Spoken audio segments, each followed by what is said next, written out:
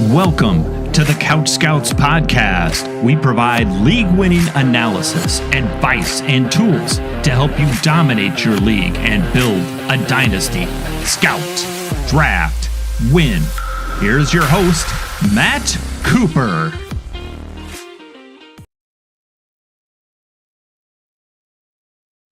Hello, and welcome to the CouchScouts Podcast, episode 84. I'm not your host, Matt Cooper. I'm your host, Matt Jackson. Cooper is currently away on a missions trip for the entire summer, so you've got me and Rupert for the remainder of the next few weeks. So I'm excited to be back with you guys tonight. Rupert, my man, how you doing? Doing great, man. I'm excited for this. Yeah, so am I. I was telling Rupert before the show started. This week has been just absolutely jam-packed for me. I've had, in the last week and a half for my classes, I've had a 459 or 460-page book to read. I had to write a book report for that. I had to go in and do an 8-page research paper. I had to do like a 20-page response on evangelistic conversations that I had this year, and then I took a final today. So I am more excited than you know to be back talking some football and not talking master's level classes right now. And you have another final tomorrow too, right? I do, but that one's a little less serious. I get to at least use I get to use my notes for that one, so that one doesn't scare me as bad. Gotcha.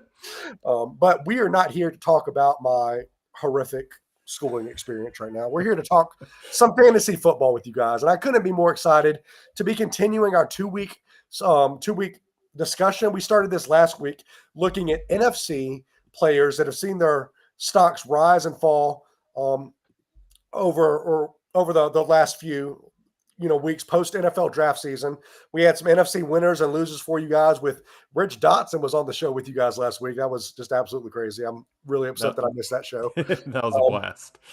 It was awesome, man. I really enjoyed listening to it. But tonight we're back talking the AFC winners and losers. And as you guys kind of alluded to last week, there's a little more AFC winners and losers than there were NFC. It's pretty stacked on the AFC side, so I'm excited to dive in and talk about all of that stuff. So we're going to start with the winners tonight, and I'll go to you first, Rupert. Who is your first AFC winner that you have post NFL draft? I'm going with Justin Herbert as one of my winners. To me, they really solidified that offense around him. Being able to go get an Amari Hampton, who's going to be your absolute monster of a bell cow. And it's not a bad thing at all to have Najee Harris, spelling him in the backfield. And I think they've improved that offensive line. And to me, they hit a home run with Ladd McConkey last year, and I think they got a really good compliment to him in Trey Harris, who can play on the outside and then allow Quentin Johnson to be, a more manufactured touch guy working out the slot. So I think they really rounded out the weapons around him to where he can really show out this year and, kind of show us all that potential that he has. Anytime that you don't have to go into a season with Quentin Johnson as your wide receiver too is probably a good thing for you. Back to crapping on Quentin Johnson like we did all last year, but I think it's deserved. No, they really helped him out. I mean, they're going to be super ground and pound with Amari Hampton. He just fits that hardball mentality like to a T. Just tough, hard-nosed running, can run through you. They're going to utilize him a lot. And you mentioned it great. I mean, Trey Harris is the perfect complement to Ladd McConkey. I mean, Ladd McConkey is that superb route runner, works the underneath and across the middle type of stuff. And Trey Harris has the speed and the physicality to work downfield. So I think that's a really good landing spot. And it should be wheels up for Justin Herbert, who you can honestly, I think, get pretty much of a value on. He's not considered that top quarterback right now, at least in startup drafts that I've seen this year. And so I'm excited to see what Justin Herbert does this year. Absolutely. So moving on, my first AFC winner, kind of in the same line as your Justin Herbert, the quarterback position. I'm going to the quarterback well of Trevor Lawrence. Look, I'll be the first to admit, right? We weren't exactly right on Brian Thomas Jr. We said that he really had to develop as a route runner to do much of anything at the pro level, and he did that. Like he looks like a superb route runner. He was finished as a wide receiver 1 last year. And then what did they go out and do but draft our favorite prospect in the entire draft, Travis Hunter? They surrounded him with 2 really competent wide receivers in Travis Hunter and Brian Thomas. They went and got a running back that we're going to talk about a little later, and Bishal Tootin, who we really like. Not sure what kind of effect that's going to have on guys like Travis Etienne and Tank Bigsby. We're going to talk about that when we get to the losers of this draft. But look, it's wheels up on Trevor Lawrence. I think they surrounded him with the weapons that he needs to succeed. And quite frankly, I think Trevor Lawrence needs to succeed, right? He's had some bad years. And he's gone from that generational prospect, that can't mix prospect, to a guy that's like a QB2 for your roster. Don't really love starting. So I think he needs a big year, and he can definitely get that with those 2 receiving options. Absolutely agree. They did everything right to really set Trevor Lawrence up to succeed. So I really love that call out. To me, he's going to be a value in my eyes. From what I've seen, I haven't. It seems like the team has let him down more than he's let the team down in my eyes. So he's another guy that I think is a value in startup drafts, or if you need to upgrade a quarterback, I think he's an attainable asset there for sure. Yeah. So who was your second guy in your winners for the AFC? Yeah, this is a guy that I admittedly am not the highest on, but I feel like he came out really unscathed, and if not, or definitely strengthened his dynasty value, and that's Jerry Jeudy, wide receiver for the Browns. Had a really great year last year with some suboptimal quarterback play, which still may be the case this year, but they didn't really add anyone to that team to really threaten targets from him in my eyes. And they had the chance to get a generational guy in Travis Hunter, and they passed. And then what do they do in the second round and the fourth round? They go get running backs. So to me, I think they're going to be running the ball a lot this year. And then that's going to really set up play action down the field for Jerry Jeudy. And he's going to be the main target hog in that offense with David Njoku. Yeah, I think another real winner, too, is kind of opposite him, like Cedric Tillman, right, who kind of had a few good spot starts last year. And we thought that, hey, maybe this is just like a one-season thing. And he came out pretty unscathed, too. So I love both of those call-outs. And then they go out and get a guy, Harold Fannin, right, who can do a lot of what David Njoku can do. So that offense, I think, is going to look much better if they can figure out the quarterback situation, which is just wild right now. Like, I don't see a way that you carry 5 quarterbacks on your roster into the season. So something's got to give here, and it's not going to be Deshaun Watson because of all that money that they are tied up with him. Yeah, so, absolutely agreed. I'm not sure it's going to be, but yeah, I love that Jerry Jeudy call out. I think he's a real benefactor of the NFL draft. I'm excited to see what he does this year. So my second guy that I picked, sticking with the quarterback well a little bit, just because I really liked some of the positions that they put the NFL GMs put these quarterbacks into. Right, I'm going Drake May from New England. Look, the wide receiver core for New England was pretty abysmal. That wasn't looking very good, and still doesn't look all that good. But they give him a weapon at running back in TreVeyon Henderson, who is a great pass blocker. I think that's part of the reason that they drafted TreVeyon Henderson, right, was so that they could go in and solidify that pass blocking for him. And he's a great running back if he gets the lanes open for him between the tackles. I love that pickup. They also picked up probably the best offensive guard in the entire NFL draft. And I don't know if you saw his like post-draft interview, Will Johnson's, that is, when he was like, I will live and die on the football field to protect my guys. And I'm like, if that doesn't just get you ready to run through a brick wall, I don't know what does. Yeah. So that they protected Drake May. They gave him some weapons, and TreVeyon Henderson, they gave him a weapon. And I believe Kyle Williams and what round was that? Was it the third or fourth? Yeah, something like that. So I really like Drake May to take a step forward this year. Rookie jitters got him a little bit last year, so he didn't look out of this world, but he still looked really good. And I really like Drake May to take just that other step forward this year and be a guy that you can feel really confident starting in your fantasy lineups. I think he looked really, really good last year, considering how awful that offensive line was and how subpar his weapons were. I feel like he was throwing guys open a lot. And yeah, exactly to your point. I love that they really solidified pass protection. Getting Will Campbell.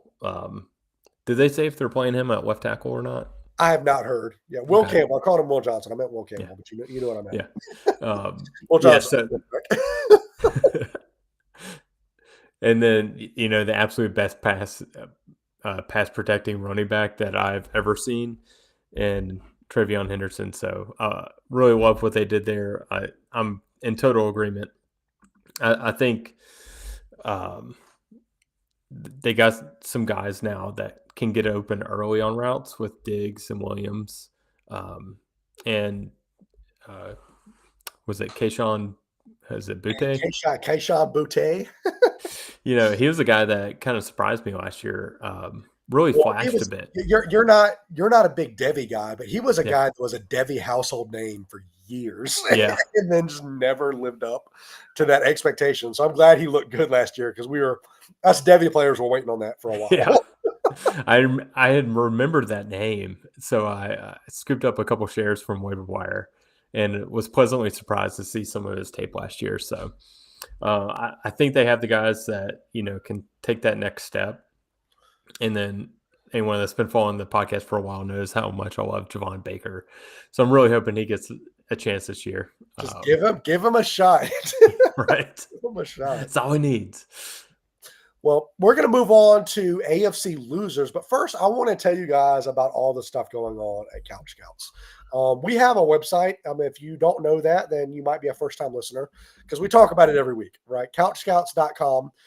We recently released volume 3 of our rookie guide. I believe it was approximately 170-ish pages.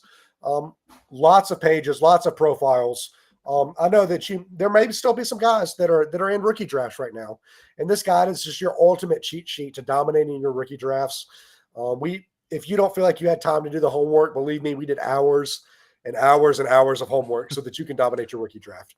And right now you could get it for as low as $5 a month, or you can save annually if you buy the bundle. Also, we have a Discord that is absolutely free, and that Discord is hopping every single day. I was texting in our group chat the other day, Rupert, and I find it strange that every time I open up my Discord, like, I have more messages than I can really keep up with. Yeah. Like, it's not like I'm opening that Discord infrequently. Like, I'm opening it up pretty frequently, and there's always somebody in there talking. Guys are on the clock. Hey, who should I take? Guys are posting trades. Would you do this trade? Would you move back in this draft or this startup draft? Lots of talk going on. We were even talking yesterday about the madhouse that was the NBA lottery draft. So if you're into that kind of stuff, our Discord will be posted in the link to the show notes. We'd love for you to come be a part of the Couch Scouts. We'd love to get to know who's listening to us. So we hope you will join that. We hope you will join our website, maybe getting plugged into our rookie guide, and we even do some consultations. Rupert, you've been crushing those recently. So lots of value, for lots of bang for your buck. So we hope you will get in. www.couchscouts.com. Well, let's move on to our AFC losers.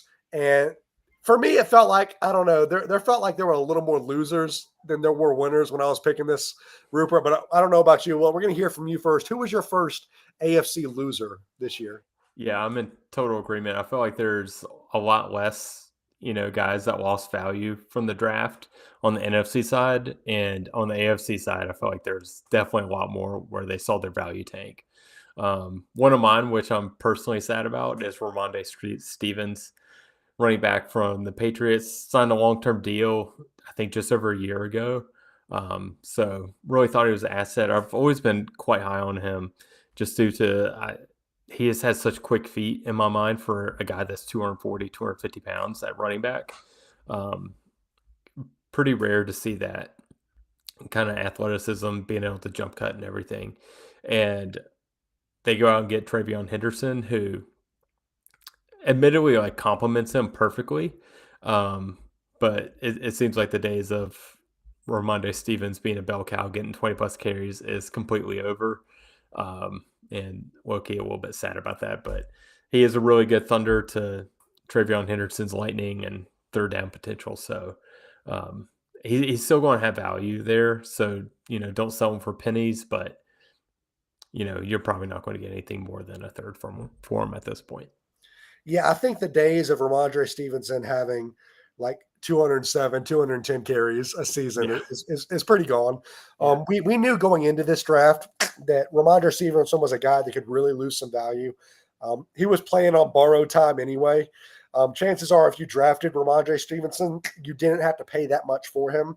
And you were getting some pretty good spot starts and even, fantasy starts on a pretty consistent basis.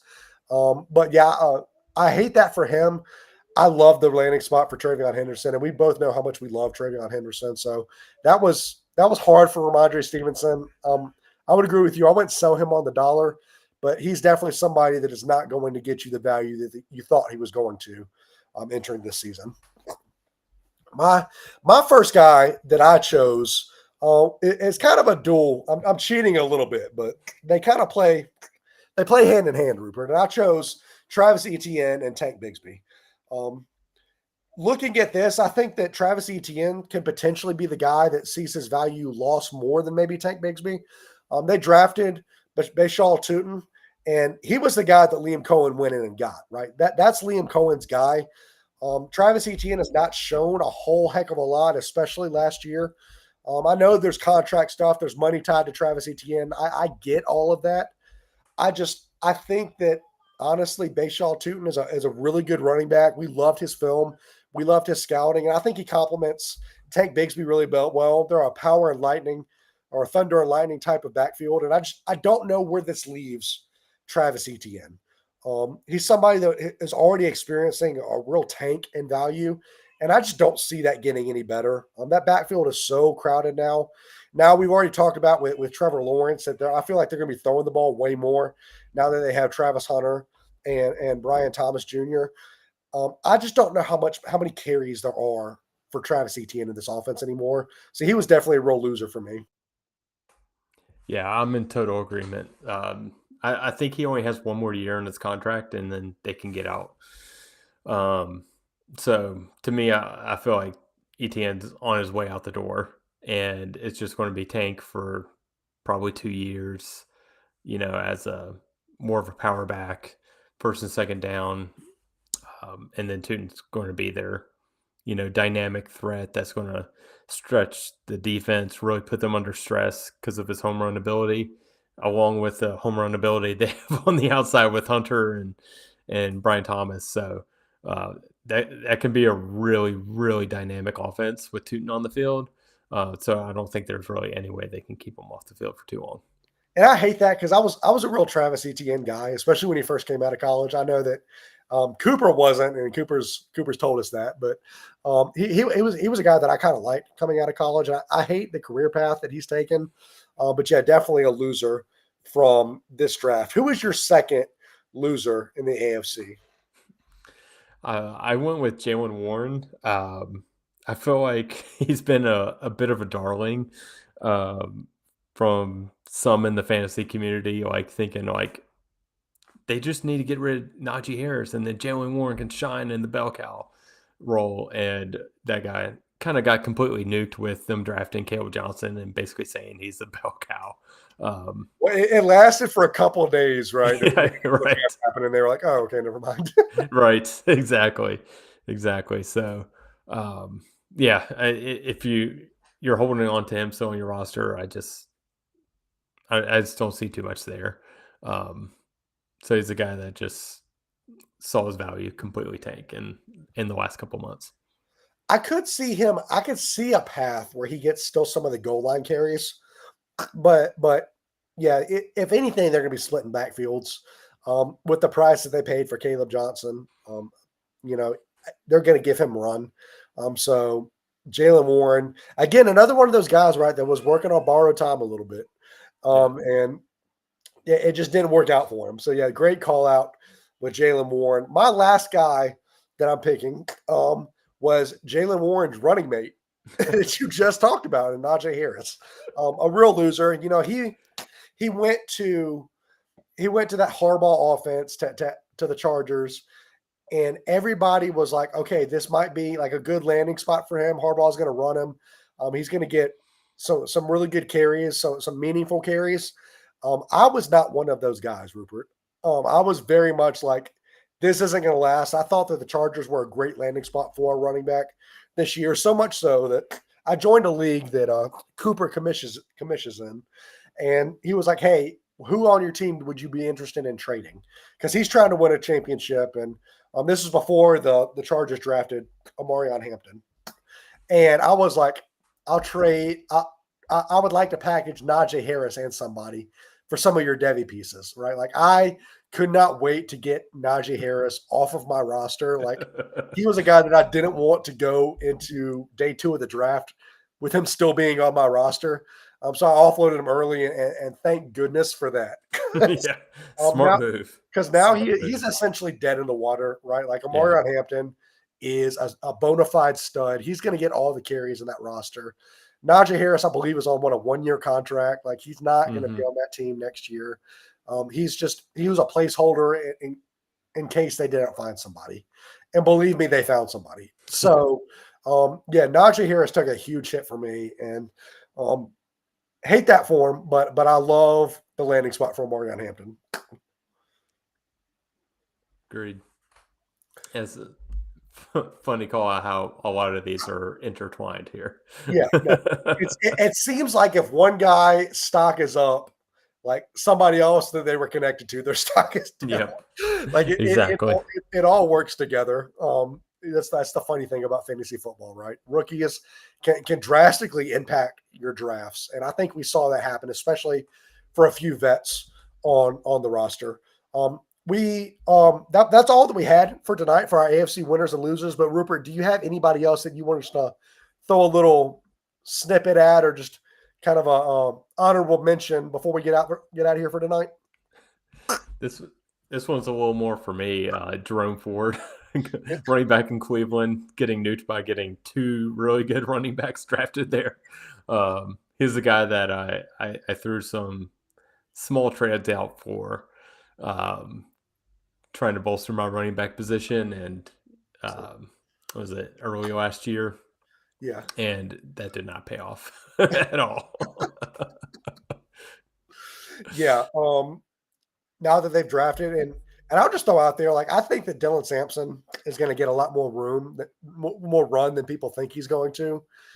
With him and Quinshon Judkins, I think Jerome Ford is pretty much dead in the water. So no, that's a great call out. I mean, that backfield is so crazy now. That whole team is a conundrum, and we're going to talk about that on our bonus show. One of the things we're talking about on our bonus show was trends that we've seen in our rookie drafts thus far. So if you like what we've been talking about, the veterans, tune in to our bonus pod where we talk about some of the trends that we've seen and all the drafts that we've been in, some of the ways that we've seen our draft shake out. Of course, you need to join the website to hear that. But again, $5 a month, you're buying us a cup of coffee. So we really hope that we'll see you guys over there. Lots of value. Make sure you subscribe to CouchScouts.com. I'm your host, Matt Jackson. You guys can find me on Twitter or X at DevyMatt. You can find Matthew Rupert at MatthewRupertFF on Twitter/X. And we will be back next week talking more fantasy football with you guys. Can't wait to see you guys then. We'll see you.